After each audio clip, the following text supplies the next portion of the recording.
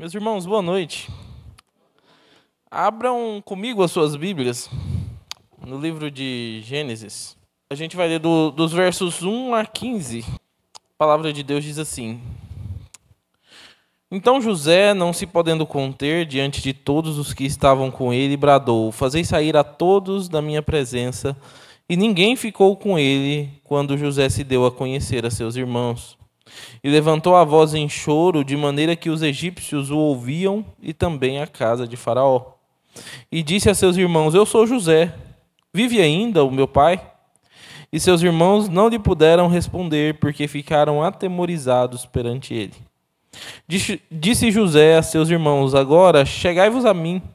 E chegaram-se. Então disse: Eu sou José, vosso irmão, a quem vendestes para o Egito. Agora, pois, não vos entristeçais, nem vos irriteis contra vós mesmos, por me haverdes vendido para aqui. Porque para a conservação da vida Deus me enviou diante de vós. Porque já houve 2 anos de fome na terra, e ainda restam 5 anos em que não haverá lavoura nem colheita. Deus me enviou adiante de vós para conservar a vossa sucessão na terra e para vos preservar a vida por um grande livramento.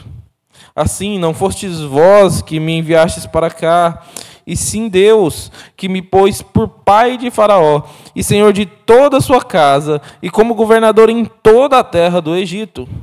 Apressai-vos, subi a meu pai e dizei-lhe: Assim manda dizer o teu filho José: Deus me pôs por senhor em toda a terra do Egito. Desce a mim, não te demores. Habitarás na terra de Gósen, e estarás perto de mim, tu, teus filhos, os filhos de teus filhos, os teus rebanhos, o teu gado e tudo quanto tens. Aí te sustentarei, porque ainda haverá 5 anos de fome, para que não te empobreças tu e tua casa e tudo o que tens. Eis que vedes por vós mesmos, e meu irmão Benjamim vê também, que sou eu mesmo quem vos fala. Anunciai a meu pai toda a minha glória no Egito, e tudo o que tendes vistos. Apressai-vos, e fazei descer meu pai para aqui. E lançando-se ao pescoço de Benjamim, seu irmão, chorou. E abraçado com ele, chorou também Benjamim. José beijou a todos os seus irmãos e chorou sobre eles. Depois, seus irmãos falaram com ele. Vamos orar mais uma vez? Pai, obrigado, Senhor, por esse dia. Obrigado porque o Senhor é bom conosco. Fala conosco agora através da tua palavra. Ilumina a nossa mente para compreender, Senhor, aquilo que o Senhor tem a nos dizer. E dá disposição ao nosso coração para aplicar os preceitos da tua palavra, por mais difíceis que eles sejam. Amém. Meus irmãos, quando eu estava no meu primeiro ano de seminário, o reverendo Márcio Alonso, em um sermão sobre a vida de José, ele contou uma história muito interessante. Eu gostaria de ler essa pequena história para os irmãos. O título da história é Bom, mas não muito. A diligência entre as nuvens de poeira rolava aos trancos pela estrada. Alguns passageiros de braços cruzados meditavam em silêncio. Ouviam-se de quando em vez os gritos estridentes do boleeiro. Na minha frente, 2 camponeses conversavam. Um deles, que parecia ser o mais velho, falava desta sorte: Tenho agora um magnífico pomar em minha casa. Isso é que foi bom, respondeu o outro com um sorriso de vulgar lorpa amabilidade.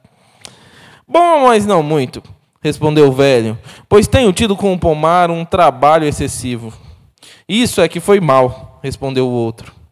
Mal, mas não muito. Graças ao novo pomar, ganhei algum dinheiro e com esse primeiro lucro comprei um porco. Isso é que foi bom. Bom, mas não muito. O porco fugiu de casa e foi para o quintal do vizinho, e que se apoderou dele e matou. Isso é que foi mal, respondeu o outro. Mal, mas não muito. Dei queixa ao juiz e o meu vizinho foi obrigado a me pagar uma boa indenização. Isso é que foi bom, respondeu o outro. Bom, mas não muito, pois o tal vizinho, em represália, soltou os cabritos no meu pomar. Isso é que foi mal, respondeu o outro. Mal, mas não muito. Matei os cabritos e vendi suas peles na feira. Isso aqui foi bom. Bom, mas não muito, e aquela conversa já começava a me fazer mal. Resolvi descer da diligência mesmo em movimento. Fui, porém, tão infeliz que tropecei numa pedra e caí. Isso é que foi mal, dirá naturalmente o leitor. Mal, mas não muito, pois só assim fiquei livre de ouvir durante algumas horas uma história que parecia não ter mais fim. Isso aqui foi bom. Meus irmãos, em certa medida, a história que nós acabamos de ouvir ilustra bem a trajetória de José, que, olhando de uma perspectiva humana, teve inúmeros altos e baixos na sua vida. E como na história, às vezes eu imagino que às vezes ele pensava, isso aqui foi bom, isso aqui foi mal, né? Ele era o filho amado do pai, isso é bom. Mas ele sofreu com a inveja dos irmãos, isso é mal. Foi vendido como escravo. E aí ele passa a trabalhar na casa de Potifar, o comandante da guarda egípcia, e acha valor aos olhos de Potifar, e isso é bom. Mas ele foi preso injustamente por causa de uma acusação mentirosa da mulher de Potifar. Isso é mal. Na cadeia, ele se torna auxiliar do carcereiro, interpreta o sonho do copeiro e vislumbra uma possibilidade de sair da prisão. Isso é bom. Só que ele é esquecido pelo copeiro e permanece na prisão por longos 13 anos, e isso é mal. Mas ele interpreta o sonho de Faraó. E é feito governador do Egito, se casando e tendo filhos naquela terra, e isso é bom. Mas mesmo assim, José ainda sente a falta do pai e dos irmãos que estão em uma terra distante. Isso é mal. Mas ele reencontra seus irmãos e traz toda a família para junto de si. Isso é bom. De fato, quando a gente olha apenas por uma perspectiva humana, a vida de José é cheia, repleta de altos e baixos. Mas quando nós olhamos essa mesma história da perspectiva divina, nós percebemos que todos os acontecimentos estavam dentro do plano divino que levaria José da terra de Canaã até o trono do Egito. Na cabeça da gente que olha por olhos humanos, a vida de José é um gráfico mais ou menos assim, ele sobe e desce. Mas olhando da perspectiva divina, ele é uma linha reta que liga a terra de Canaã até o trono do Egito. Até onde Deus queria que José estivesse. O texto que nós lemos hoje, meus irmãos, relata o momento em que, depois de uma série de testes com seus irmãos, José finalmente se revela a eles, a fim de resolver um dilema familiar que havia começado há mais de 20 anos antes. E assim, eu acredito que todos nós aqui tenhamos dilemas familiares, mas eu acho que nenhum tão grande quanto o de José, né? Alguém já foi vendido como escravo para um outro país? Acho que não, né? E a verdade é que, para a maioria de nós, uma história como a de José seria marcada por mágoa, ressentimento e desejo por vingança. Mas, de forma surpreendente, essa história ela termina com verdadeira transformação e perdão genuíno. Meus queridos, esse texto nos ensina muito sobre o modo correto de lidar com as nossas desavenças relacionais, na família, na igreja, no trabalho, liberando perdão para aquelas pessoas pelas quais nós fomos, de fato, feridos. Hoje nós falaremos, então, meus queridos, sobre 3 características desse perdão que nós temos que ter, principalmente no seio da família. E a primeira característica é que perdão não significa ignorar o estado espiritual de alguém. E eu digo isso porque, infelizmente, ainda existem muitos irmãos que acreditam que perdoar é simplesmente ignorar a injustiça que foi cometida. Muita gente ainda acha que deixar o tempo passar e ficar distante vai resolver o problema que existe. E aí a gente é acostumado a ouvir aquele tipo de coisa. Ah, eu perdoei, mas eu quero distância. Né? Eu gosto muito daquela pessoa. Eu aqui na minha casa, ela lá na casa dela. Eu não quero nem saber o que acontece na vida dela. Não, já perdoei, tá tudo certo. Só não passa perto de mim, não quero ver, não quero contato, não quero nada. E a verdade é que, no fundo, meus queridos, isso não passa de uma tentativa de se esconder da necessidade de perdoar verdadeiramente. Porque a nossa tendência é preferir fugir daquelas conversas difíceis. A nossa tendência é preferir esconder a ferida do que tratá-la. A nossa tendência é fugir ao invés de perdoar e pedir perdão.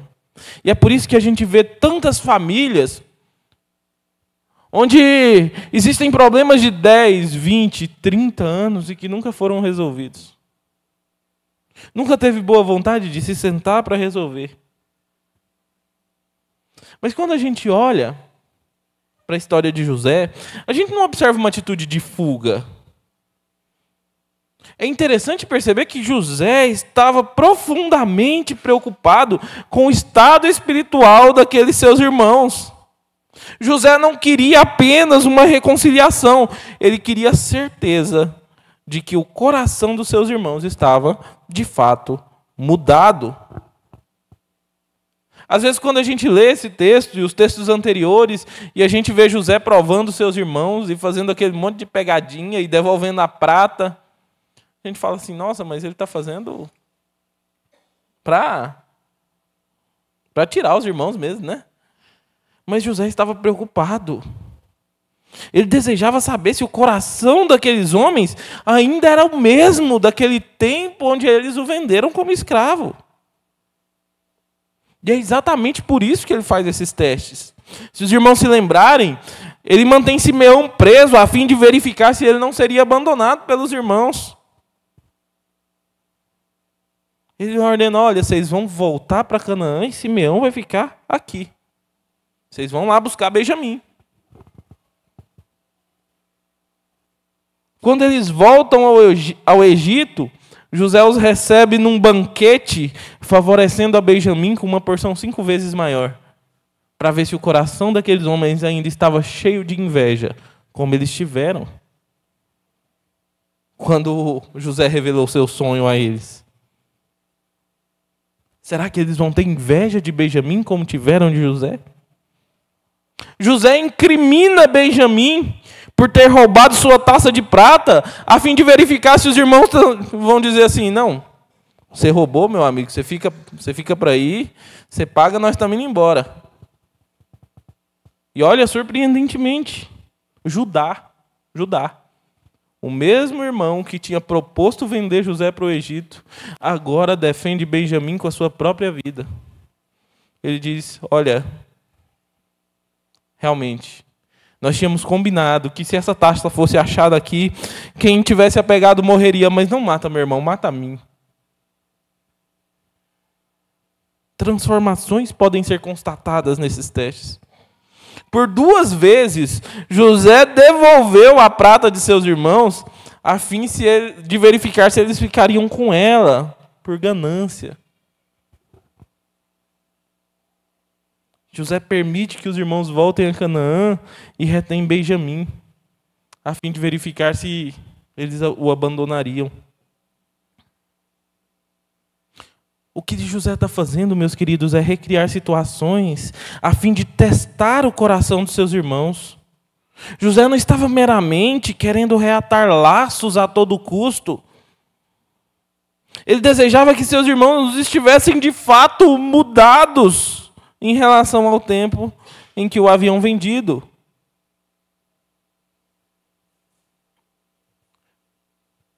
Deixa eu dizer uma coisa para vocês, meus queridos. Não adianta dizer que perdoou e guardar rancor. Minha mãe dizia que tempo só cura queijo. Feridas precisam sentar e resolver. Feridas precisam ser tratadas.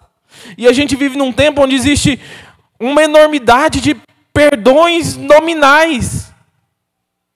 Perdoei? Não, pastor, está tudo certo. Está tudo certo, não tenho nenhum problema. Mas no coração, aquilo ainda está latente. Não, pastor, eu sou tranquilo. Não tem nada não. Só que perdoar não é ignorar a injustiça, é desejar a mudança do outro. É por isso que a Bíblia fala que quando seu irmão te faz alguma coisa, o primeiro estágio é ir falar com ele. Porque é por amor a ele, inclusive. Para que ele mude. E esse era o sentimento que estava no coração de José. Gente, esses testes de José duraram cerca de 1 ano. 1 ano testando. Perdoar, meus queridos, é querer o bem do outro. É querer que quem te ofendeu caminhe a sua mesma jornada. É querer que a pessoa tenha sua vida transformada pelo mesmo Jesus que transformou a sua. Você está pronto para desejar o bem para quem te fez mal? Nos anos 80, 1983, aconteceu um caso que tomou conta do Brasil, provocou comoção nacional. A esposa de um pastor saiu com a sua filha recém-nascida para ir ao banco. Enquanto ela estava dentro daquele banco, o banco sofreu um assalto. E no meio daquele tumulto todo, aquela criança de alguns meses, uma bebezinha chamada Thalita, ela começou a chorar. O ladrão falou, faz ela calar a boca. O assaltante falou, faz ela calar a boca. Só que como que faz um bebê recém-nascido calar a boca? Então o assaltante disparou a arma, o projétil atravessou a cabeça da criança e se alojou no coração da mãe, matando as duas. Aquela irmã era esposa de um pastor batista. E a Thalita era filhinha desse pastor. E logo depois que o crime aconteceu, um repórter chegou nesse pastor e perguntou, qual que é? O que você deseja para esse assaltante que matou a sangue frio a sua filhinha e a sua esposa? E aquele pastor respondeu, a maior vingança que eu desejo para quem fez isso é que um dia ele conheça o mesmo Jesus que transformou a minha vida. A maior vingança que eu desejo para ele é que um dia a vida dele seja transformada como a minha foi. Você está pronto para fazer isso? Você está pronto para lidar com as suas feridas desse jeito? Desejando o bem, desejando a salvação. Não querendo quem te feriu longe, mas querendo quem te feriu perto. Caminhando com você para a glória de Deus. Você está pronto para isso, meu irmão? Porque muito se fala em perdão. O perdão é uma ideia muito linda, até a gente ter que aplicar ele. Não é fácil mesmo. Mas nós somos chamados a isso. E a gente resolve essas coisas tratando. Em segundo lugar, meus queridos, o verdadeiro perdão, ele busca preservar as pessoas apesar de seus erros. Após José perceber que o coração dos seus irmãos havia sido transformado, desde que eles o venderam para o Egito, é interessante a atitude de José. Ele manda que todos os egípcios saiam. Eles saem do recinto. Ele manda que todo mundo saia da sua presença e fica só com seus irmãos. Percebam, José não hesitou de falar a eles sobre o pecado que eles haviam cometido.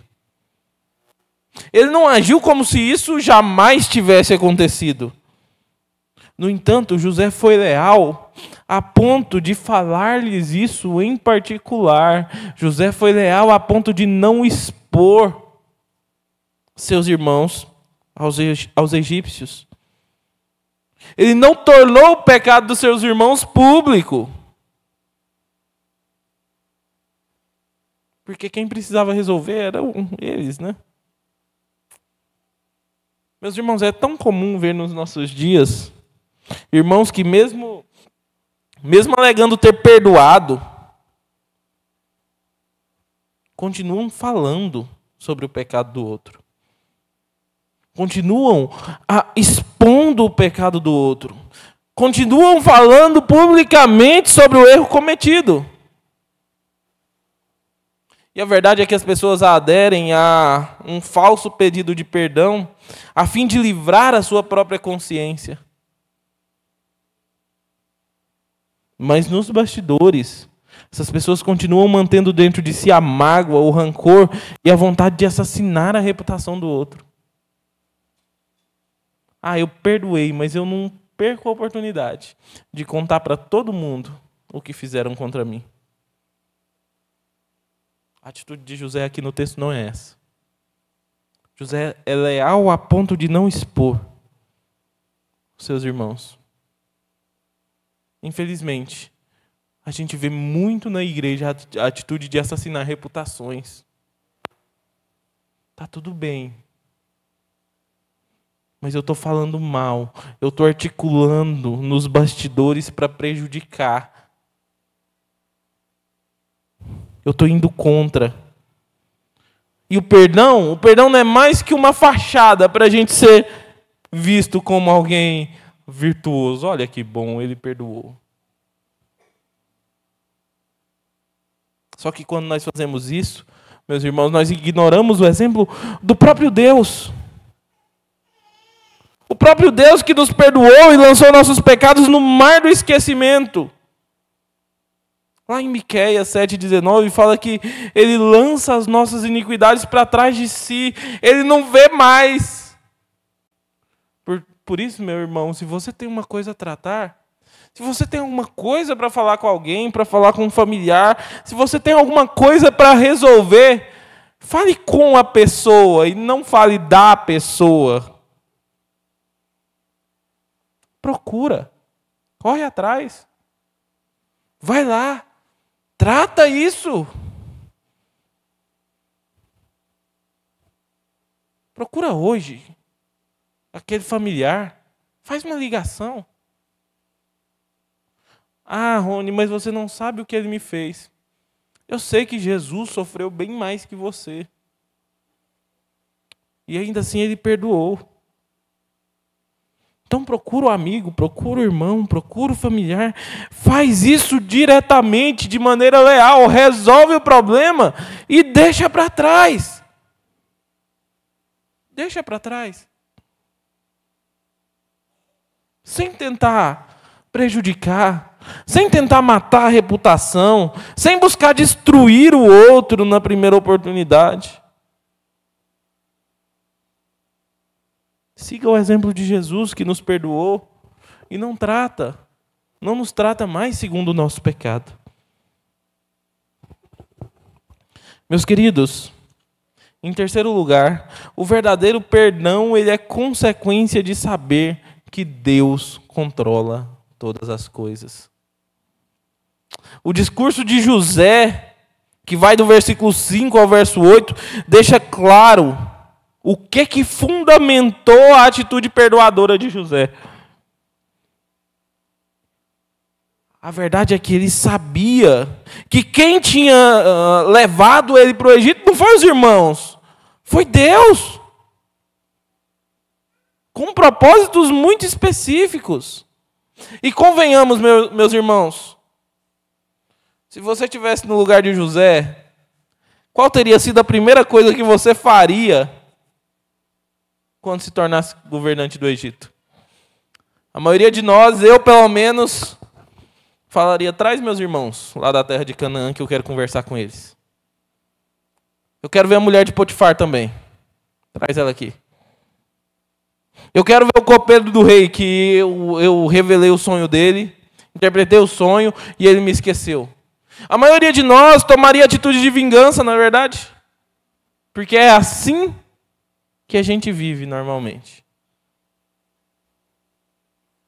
Talvez desse açoites nos irmãos, castigasse a mulher de Potifar, condenasse à morte o copeiro. Talvez essa fosse a nossa atitude. Mas José não busca vingança contra nenhuma dessas pessoas que lhe fizeram mal. Por que ele age assim?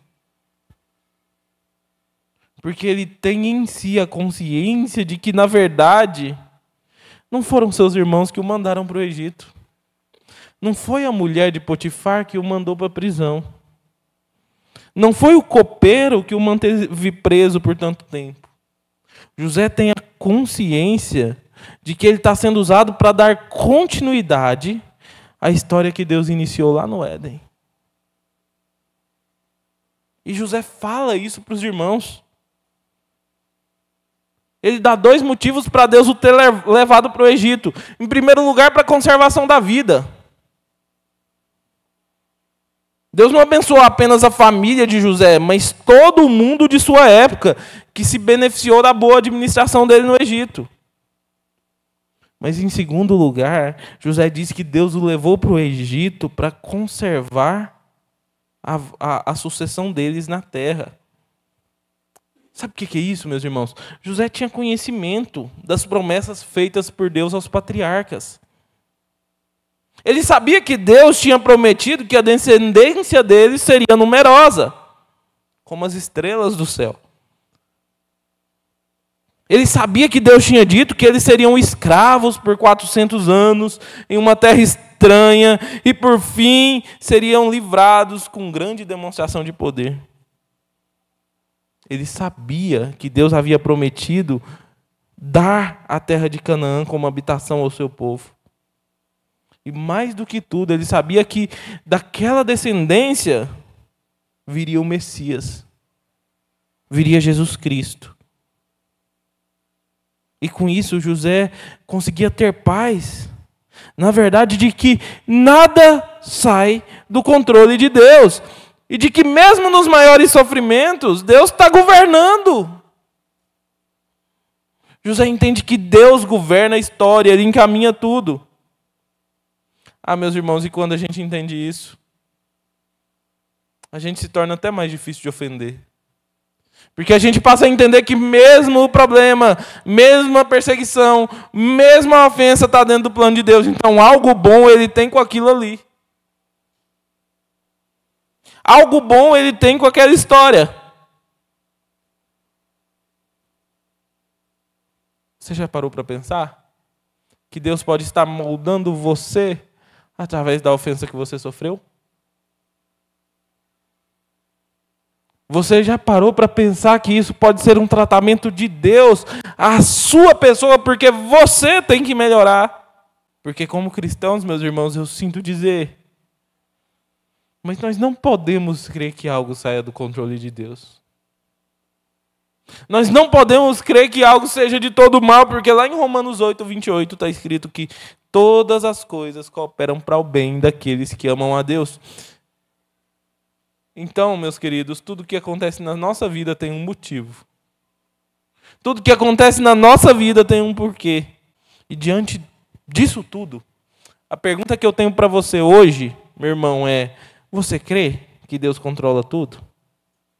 Porque se você crê, a mágoa deixa de fazer sentido. E aí você consegue olhar para quem te feriu, para aquele familiar com quem você é magoado e dizer: olha, não foi você que fez mal contra mim. Não foi você que me trouxe até onde eu estou, foi Deus. Teve um propósito. Mesmo nas piores circunstâncias. Mesmo aquelas ofensas mais pesadas. Partem do plano de Deus para nós, meus irmãos. No fim das contas, isso tudo vai resultar em bem. E a gente não consegue ver isso porque a nossa fé está vacilando. Porque a gente não está crendo que Deus controla todas as coisas.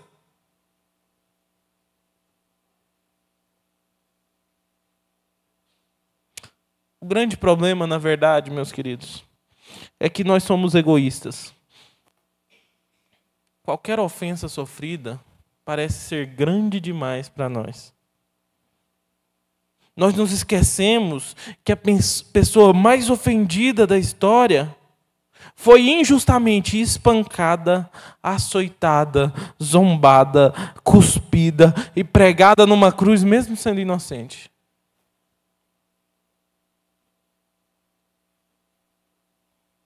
Para perdoar os nossos pecados. E ainda assim nós pecamos contra Jesus todos os dias. Mesmo assim a gente tem a coragem de achar que nós somos bons demais para sofrermos ofensas e sofrimentos. Mesmo a gente afirmando que crê num Cristo que morreu na cruz, sendo inocente, a gente ainda acha que ninguém pode nos tocar. Já viu? Tem muito isso na igreja. Eu não vou mais na igreja porque me machucaram. Deixa eu te dizer, não foi a primeira e nem vai ser a última vez. Porque numa relação entre pecadores, de fato, nós machucamos uns aos outros. Mas a grande questão é que as pessoas não pensam. As pessoas estão egoístas a ponto de pensar, me machucaram. Mas quantas pessoas eu machuquei nesse trajeto? Não é? Sendo pecadores, nós vamos nos ferir de fato, ora. Uma relação entre pecadores sempre tem arranhões. Nós ainda não estamos na glória. Então, você vai ser machucado na família. Você vai ser machucado na igreja. Você vai ser machucado no trabalho. Mas, como cristãos, nós deveríamos ter o mesmo sentimento que teve em Cristo. Sentimento perdoador. Nós temos que estar prontos a sofrer, porque quanto mais nós sofremos, mais identificados nós estamos com o nosso Senhor.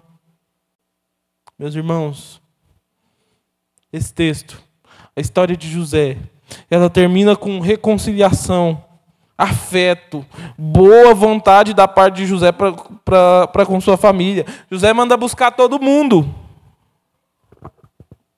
José passa a sustentar sua família.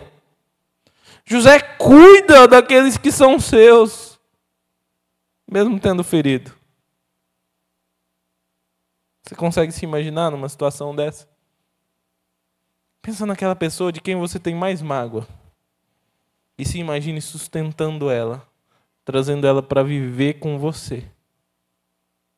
E liberando perdão completo.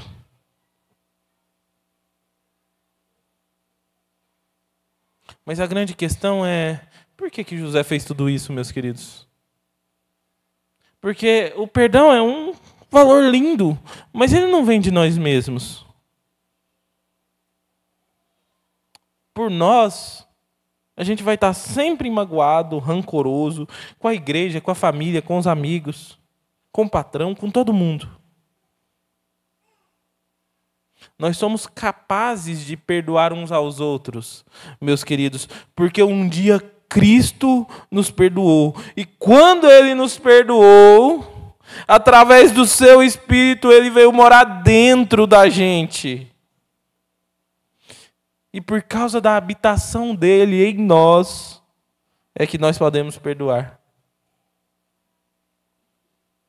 E aí a gente chega numa afirmação e num ponto que pode ser meio espinhoso para alguns. É que quem foi perdoado, como consequência, ele tende a perdoar. E se nós não queremos perdoar, é um grande sinal que talvez o Espírito Santo ainda não habite em nós. Talvez a gente ainda precisa ser alcançado pelo Evangelho. Talvez você ainda não seja convertido se você não consegue perdoar.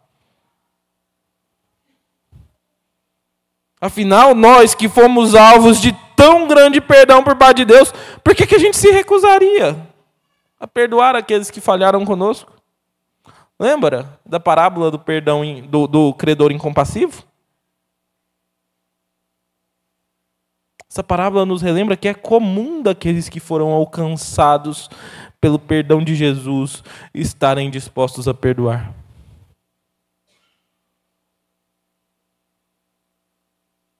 Porque Ele nos perdoou tanto. Ele nos perdoa todos os dias. O que é uma ofensa?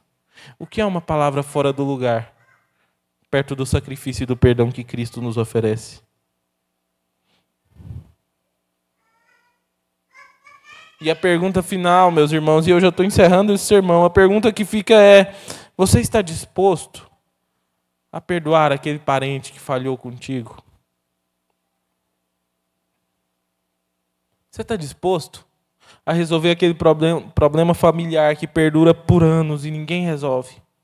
Fica todo mundo de cara feia, nas reuniões de família, tem os grupinhos, um falando do outro e ninguém conversa para resolver. Ninguém vai atrás.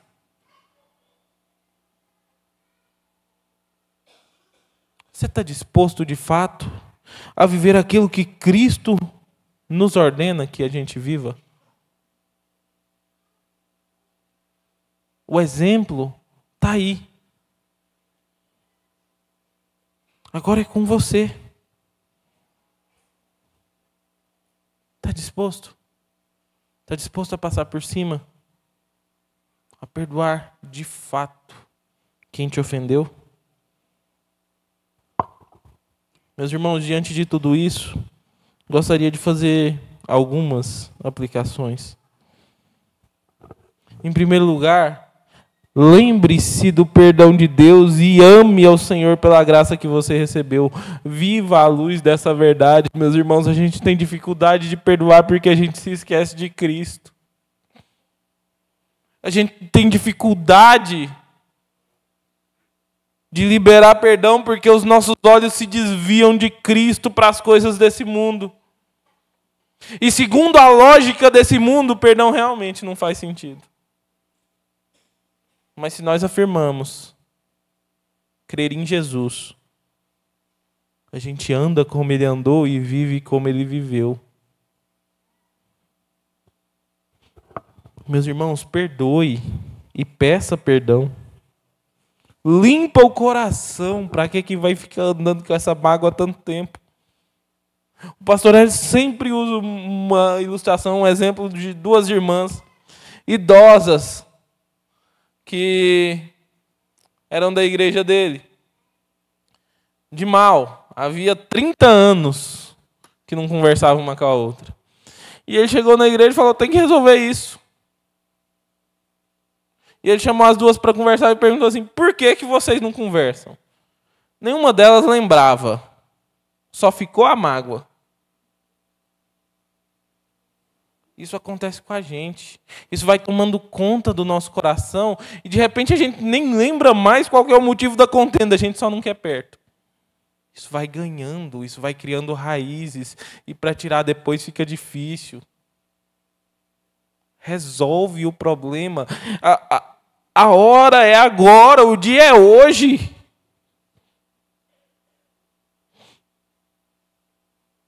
Não importa o tamanho da ofensa. Não é maior do que o que Cristo sofreu. Vai atrás da pessoa. Corre, faz isso hoje, meus irmãos. Liga para o familiar hoje. Reúne com ele se der certo hoje. Conversa com ele hoje. A chamada é para agora, é para ontem. Corre atrás dela. Vai. A gente tem um exemplo, e eu sempre me lembro disso, de uma das jovens lá da igreja, que ela foi atrás de uma pessoa com quem ela tinha discutido para pedir perdão, mas essa pessoa não queria falar com ela. E saiu os dois no corredor da igreja, um pedindo perdão e o outro correndo, e ela correndo atrás dele. Faz isso! Vai lá resolver! Chega e diz: senta aqui, vamos conversar. Muitos dos nossos problemas, meus queridos, eles não são resolvidos porque nós não temos a dignidade de tratá-los olho no olho. A gente vai deixando, o problema crescer. E deixa eu dizer uma coisa para os irmãos. Quanto mais a gente deixa um problema ir embora na nossa vida sem resolver, maior ele fica. Já viu Bola de Neve? Um filme? Que ela vai descendo, rolando, ela vai ficando maior, maior, maior, maior. Quanto mais tempo ela fica lá, maior ela fica. Nossos problemas são assim. Então trate, resolva. E em terceiro lugar, meus queridos, perdoem com ações práticas. Porque falar que perdoa não é suficiente. Como é que você está demonstrando esse perdão? É isso que realmente importa, não é? Então, em primeiro lugar, ore pela pessoa. Porque é impossível que você odeie alguém por quem você ora. Vou dizer de novo, é impossível que você odeie alguém por quem você ora. Se todos os dias você se ajoelhar e orar por uma pessoa que você não gosta, logo você vai estar amando essa pessoa. Faça o bem para essa pessoa. Vai lá, faz um bolo e leva de presente para essa pessoa. Oferece uma carona. Faz o bem com ações práticas e ações simples. Vai lá. Faz uma visita. Caminhe junto, ajuda a resolver problema. Leva o seu perdão para a prática. Leva o seu perdão para a prática, porque foi isso que Jesus fez. E esse é o exemplo que nós temos que seguir. Vamos orar mais uma vez? Pai, obrigado por esse dia. Obrigado, Senhor, porque o Senhor fala conosco através da Tua palavra. O Senhor cuida de nós. O Senhor nos adverte sobre aquelas coisas que estão no nosso coração e que não deveriam estar lá. Senhor, trata cada sentimento de mágoa, cada sentimento de rancor. Senhor, cura as nossas relações e nos leva a espelhar o Teu caráter na nossa vida, perdoando as pessoas que estão à nossa volta. Senhor, nos dá capacidade para isso. Nós sabemos que isso não vem de nós mesmos. Isso é colocado em nós pelo Senhor. Portanto, nós suplicamos a Ti que o Senhor nos ajude. Assim nós oramos em nome de Jesus. Amém.